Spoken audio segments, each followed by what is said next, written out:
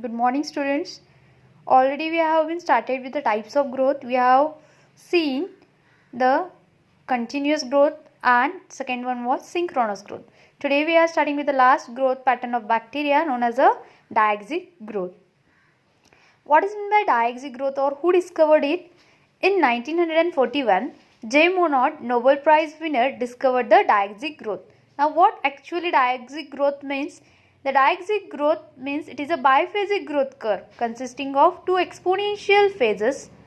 Two exponential phases means which two exponential phases? Two logarithmic growth phases separated by a distinct lag phase. In which what happens? E. coli organism or suspension of E. coli is grown in the medium with two carbon sources known as glucose and lactose. Organism will utilize, means E. coli firstly will utilize the glucose, and after complete utilization of glucose, a lag period occurs in which organism will synthesize a set of enzymes required to utilize lactose, and then organism will utilize the lactose as shown second exponential phase in figure 1.8. This is figure 1.8. What is diaxic growth?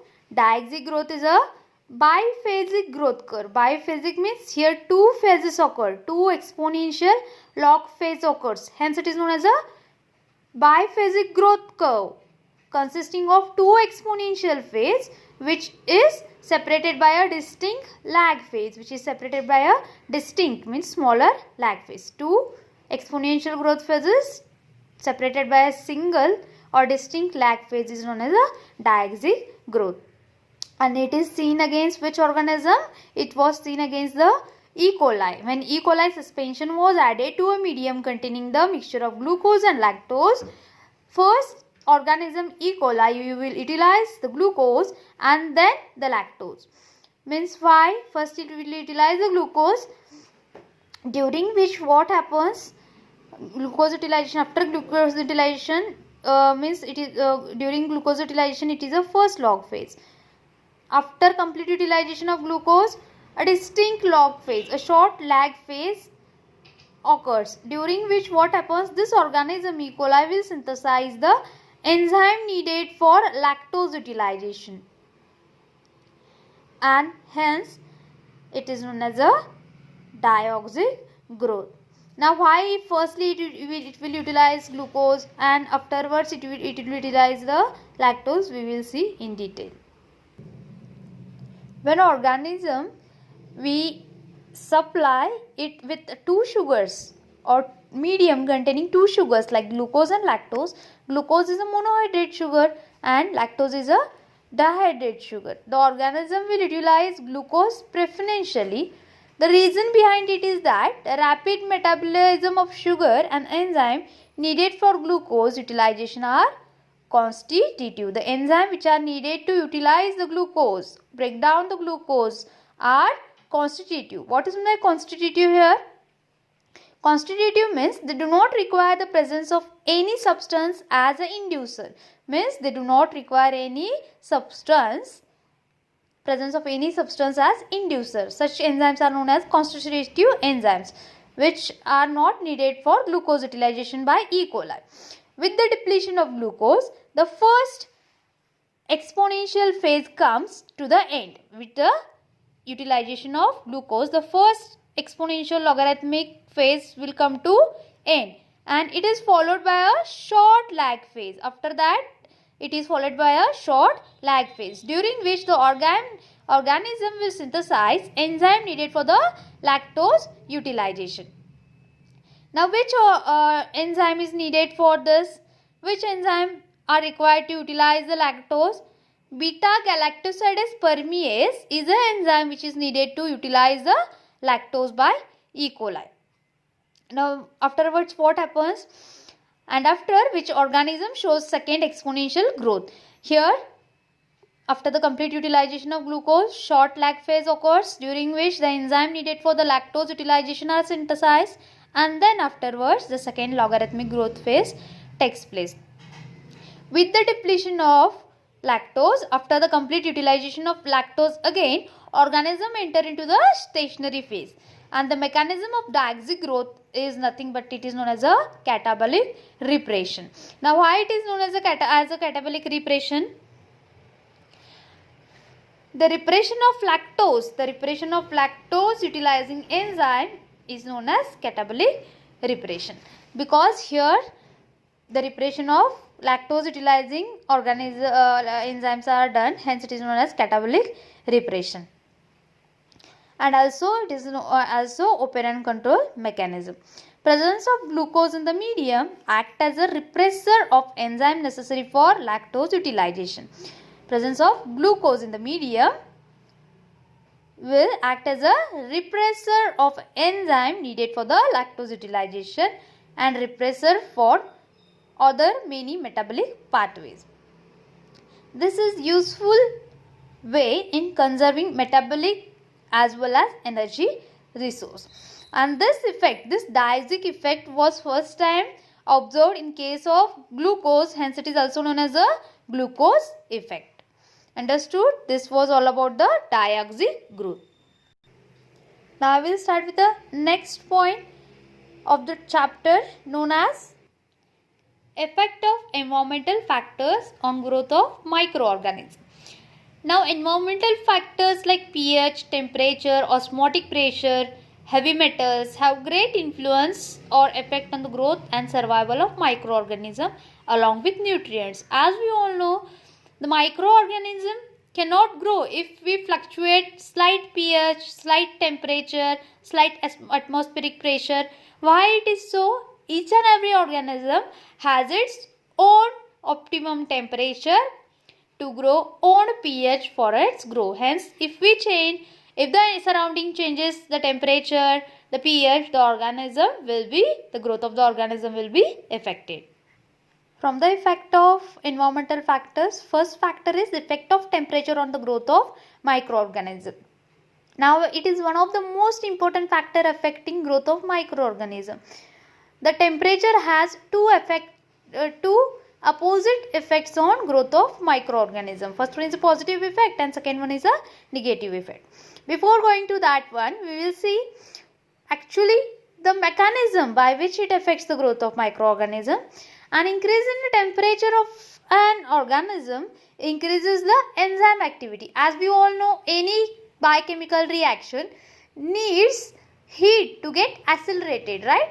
When we provide the heat to a biochemical reaction, heat act as a catalyst and it will carry out the reaction very faster.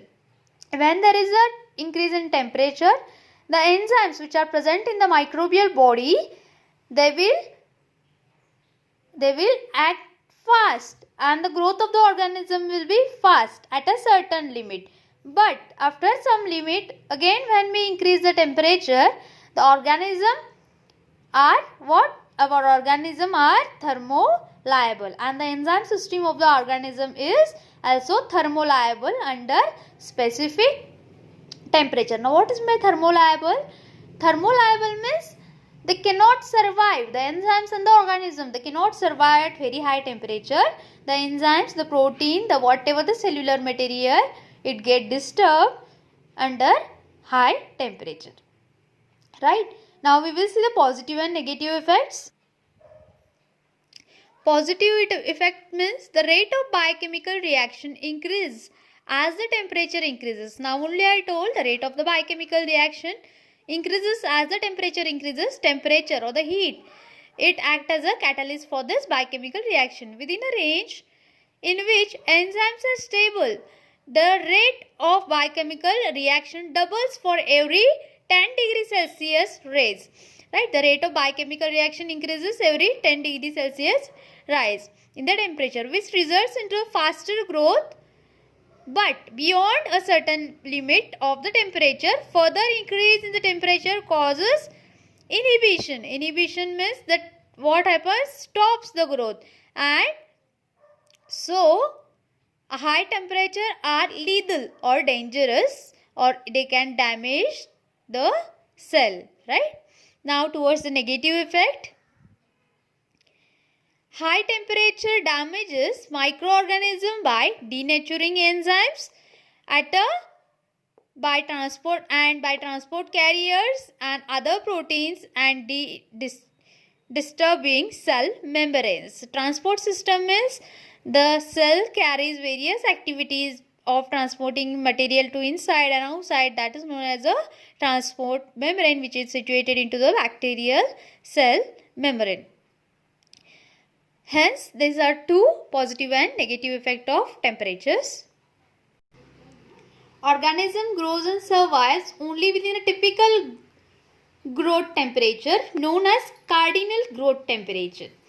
On the basis of this cardinal growth temperature, the organism may be divided into two groups, narrow range organism and broad range organism. Narrow range means smaller range, broad means larger range, right? Narrow range are the organism which can grow between only 30 to 40 degrees Celsius, and broad range organism can grow in between 8 degrees Celsius to 58 degrees Celsius. The cardinal temperature range consists of the temperature values like minimum, optimum and maximum. Now we will see what is the definition of minimum growth. The lowest temperature below which the organism cannot grow is known as a minimum growth temperature. Optimum temperature. The optimum temperature is a temperature at which the organism shows highest growth rate is known as optimum temperature, and a maximum temperature, the temperature at which the highest temperature above which the organism cannot grow is known as a maximum temperature. This is a minimum, optimum and maximum temperature. Minimum temperature is a temperature below which the organism cannot grow. Optimum temperature is a temperature at which highest growth of organism takes place, but beyond that the organism cannot grow. And the maximum temperature is the temperature, is the highest temperature above which the organism cannot grow. Right? Now we will see the organism having the narrow range of cardinal temperature are called as sinothermal organism, and the range of cardinal temperature already I have told, broad range, wide range or narrow range. Based on this, there are two types of organism. Eurothermal organism, the organism having a cardinal temperature is known as eurothermal organism, and sinothermal organism means the organism having the cardinal temperature. Again, the organism having the wider cardinal temperature are known as euthermal. The organism which has the narrow temperature range are known as a sinothermal organism. Examples of this eurothermal organism are Bacillus subtilis, which can grow in between 8 to 58 degrees Celsius, and examples of sinothermal are Narecia gonorrhea is a bacteria which can grow in between the small range, that is 30 to 40 degrees Celsius. This is a growth curve of a figure which is plotted against temperature versus growth rate. As we increase temperature, here the growth rate. Minimum temperature is a temperature below which the organism cannot grow. Optimum, the highest growth of organism beyond which the organism cannot grow. Maximum is the highest temperature usually beyond which the organism cannot grow. Right? Now we will see the effect of high temperature on the growth of microorganism. Effect of high temperature is permanent and irreversible. जे काही हाय टेम्परेचरमुळे ऑर्गॅनिझमवर झालेले effect असतात they are permanent आणि irreversible, जे पुन्हा आपण reverse करू शकत नाही. First one, it can change the rate of biochemical reaction. Right, high temperature speed up the reaction, but beyond a limit the high temperature affects the growth of the organism.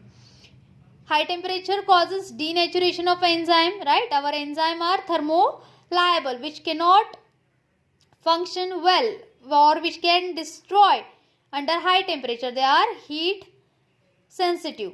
Hence, next one, it can damage the transport carriers. Next one, temperature, there is it can denature the cell membrane. जे काही cell membrane मध्ये fluid असते ते पण temperature मुळे काय होतं, denature होतं. High temperature changes composition of lipids, right? Our gram negative bacteria contains high amount of phospholipids and lipids are also heat sensitive. Again, hence at a low temperature higher amount of unsaturated fatty acids are found, and while at a high temperature fatty acids are in large quantities. Next one, at a high temperature low pigmentation production occurs. Pigment means whatever the color to the bacteria come from, and that is known as pigmentation. And at very high temperature our organism cannot synthesize any pigment to itself. Next one, melting and denaturation of lipid bilayer which is present in the cell membrane of gram negative bacteria that lead to the loss of structural integrity and loss of fluid of the membrane takes place. If once the lipid present in the cell will get denatured, the structure of the cell will disturb and the fluid present inside the cell will be also disturbed, and hence our cell will get denatured or destroyed. And last one, at a high temperature growth is inhibited because of non-repairable cell damage. Now we will see effect of low temperature. We have now seen the effect of high temperature. Now we will see the effect of low temperature. Effect is temporary and reversible. If we apply the low temperature to the microorganism as we apply to store the microorganism in refrigerator, our organism has a temporary but reversible effect, right? At a low temperature above freezing level, cells may permanent get affected by freezing temperature. At a freezing temperature, ice crystal formation takes place in the cytoplasm of the organism which may mechanically damage and rupture the cell. The freezing may be a method of preservation. It may be the method of preservation of microorganism. Low temperature just below the freezing affects cell in following ways. Low temperature can cause prevention or destruction of solute transport. Solute transport is present in semi-liquid medium. If we over refrigerate them, they will get frozen, and by that they can get affected. Reduced respiratory activity occurs at a low temperature. Then again the production of ATP, pigment production, flagella formation, even synthesis of intracellular and extracellular polysaccharide are affected by the low temperature. Right? This were the effect of low temperature on the growth of microorganism. Again, based on temperature, they have classified our organism into three types like psychrophiles, mesophiles, thermophiles, hyperthermophiles, and we are going to study them, the classification of organism based on temperature, into the next lecture.